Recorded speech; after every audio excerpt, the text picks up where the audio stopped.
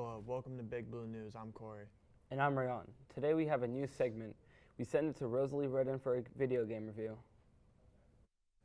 Thanks, Rayon. Mortal Kombat has been the most successful game in the fighting game genre since its creation in 1992. The game is beloved for its over-the-top gore and campy humor, but recently NetherRealm Studios came out with a remake where the roles of certain characters have been changed, and today I will be discussing my opinions on the game. The story mode has changed many key features of the Mortal Kombat story. The Mortal Kombat tournament is no longer a fight for realm survival, but a friendly martial arts competition between Earthrealm and Outworld, the two main settings of the game. Mileena is no longer the evil clone of Kitana, but rather her sister who has been infected with a disease that turned her into a monster. Liu Kang is no longer the champion of Earthrealm, but the God Protector of Earthrealm, with Raiden, the previous game's God Protector of Earthrealm, as his champion. The gameplay is significantly slower paced than previous games, which makes it more user-friendly to new players, but a bit more restrictive to veteran players. Historically, the most popular characters have been Mileena and Johnny Cage, who have only become more popular with the most recent installment. Mortal Kombat 1 has an expansive roster of 24 characters, with more to come in additional content packs.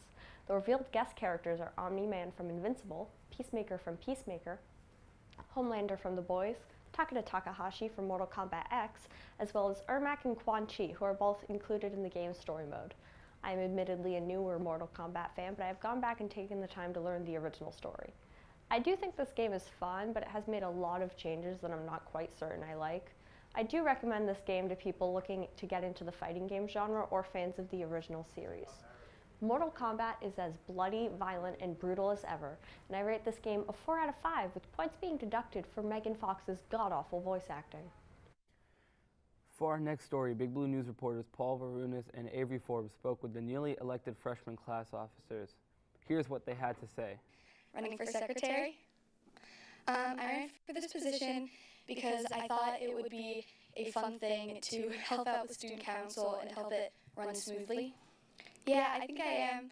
I really enjoy taking notes and staying organized. So, my long-term goal is to help make a difference in the student council and keep it organized. Hi, my name is Leah Beatrice, and I ran for class treasurer. I chose to run for this position because I wanted to benefit the student body and create a more prosperous student community. My economic goal for the school year is to raise enough money for the school so that we can go on fun trips and have a great senior and junior prom. My long-term goal is to make sure that the grade always has enough money and to have a great senior prom. My name is Kira Metaxatos. I ran for vice president. I chose to run for this position because I was interested in being a part of the student council, and I think it's a good position to support the president. My long-term goal for the school year is to help out with fundraisers and just be a good part of student council. Hi, my name is Valentine, and I ran for class president.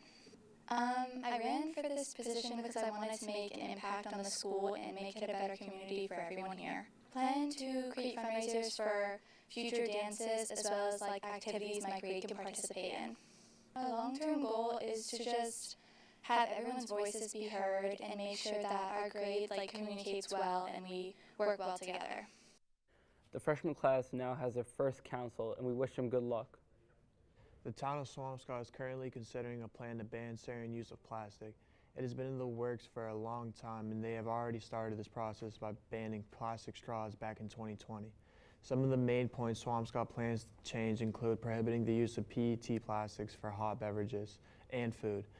They are also trying to make food establishments require recycling for single-use plastic recyclable containers for customers who have in-house dining. We hope Swampscott can make a set plan of rules to help improve its sustainability. The high school's first X-Mic of the year was on Halloween last week, and we had a great slate of performances. X-Mic usually happens once a month on a Friday during X-Block, where students can showcase their talents for the student body and teachers to see. The organizers of X-Mic are very excited for this year's installment of X-Mic and was super happy with how the first one went. We hope this year's X-Mic goes great and has a plentiful of exciting performances. Yonder pouches have been a hot topic throughout the weeks. Meanwhile, the admins have released some new information on them. They said that the Yonder implementations have been moved back to January 2024. The admins and Yonder team have met and discovered that there are some logistical challenges which seem to be the cause of delay. The School Advisory Council, a group of parents, staff, students, and community members, have been tasked with drafting ideas for a future cell phone policy that are universal, easy to manage for teachers and staff, and cost-effective. The SHS admins expressed their appreciation for the feedback from the parents, students, and staff about the Yonder pilot program. Koha SHS principal claims that the goal is to strike a balance, acknowledging the ever-increasing impact of electronic devices in our lives, with our mandate to create optimum learning environment for our students and teachers. We now cut to the sports desk where Paul talks about the end of fall sports seasons and the start of the playoffs. The end of the fall regular season has come and gone, and the MIAA postseason tournaments are upon us. For the Big Blue, 5 of the fall sports teams made their respective tournaments, chasing a state title. The volleyball team stuck into the final 32nd spot to force the play-in game to make the official bracket. They took on Falmouth Wednesday night to punch their ticket to play the #1 overall seed, Medfield. Sadly for the Big Blue, they fell to Falmouth 3-2 after storming back from a 2-0 deficit, and their season has come to an unfortunate end. The girls' soccer team surged in the final 2 weeks of the season, finishing with a record of 8-5-5 to firmly secure a spot in the Division III bracket. They're the 27th seed where they played a home play-in game against 38 seed Falmouth on Friday, where they prevailed 2-0. They move on to play against Cardinal Spellman tonight at 6 p.m. on the road. The boys' soccer team completed their historic regular season at a very impressive 13-2-3, as they are one of the top teams in the MIAA Division III bracket. They are placed in the tournament as the 8th seed and have secured a first-round bye in a home game to start their run for a state title. They play against Greater Lowell Tech tonight at Bloxage Field. Catch the action on YouTube at 7 p.m. on Swampscott Big Blue Athletics. The field hockey team claimed the #12 seed in the Division III tournament and have secured a home field advantage for the first round.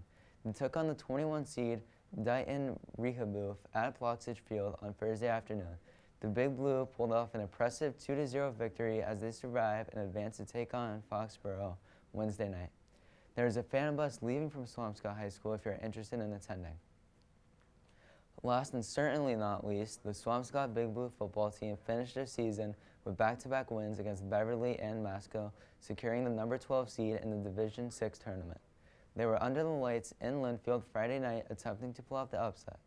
Matt Williams of the Salem News has pinned this game as one of the best in any of the tournaments.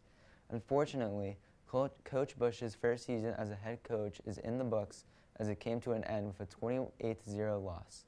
They still have the Thanksgiving game to look forward to, and they will host against Marblehead in this year's bout with the Magicians. We cut back to the news desk with Rayon and Corey.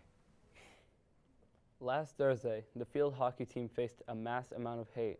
A male player on the team hit a ball to score a goal, but it accidentally bounced up into another player's face. After this horrible incident, news outlets and social media began to spread false news about this player. Homophobic and transphobic comments against our player began to spread. This is not okay. This hate that is circling all platforms is unacceptable. Our hearts go out to the Big Blue player and the girl that got hurt. This was a very unfortunate event, but this was no place for hate. We thank you for watching Big Blue News. Make sure to comment and subscribe and tune in next time.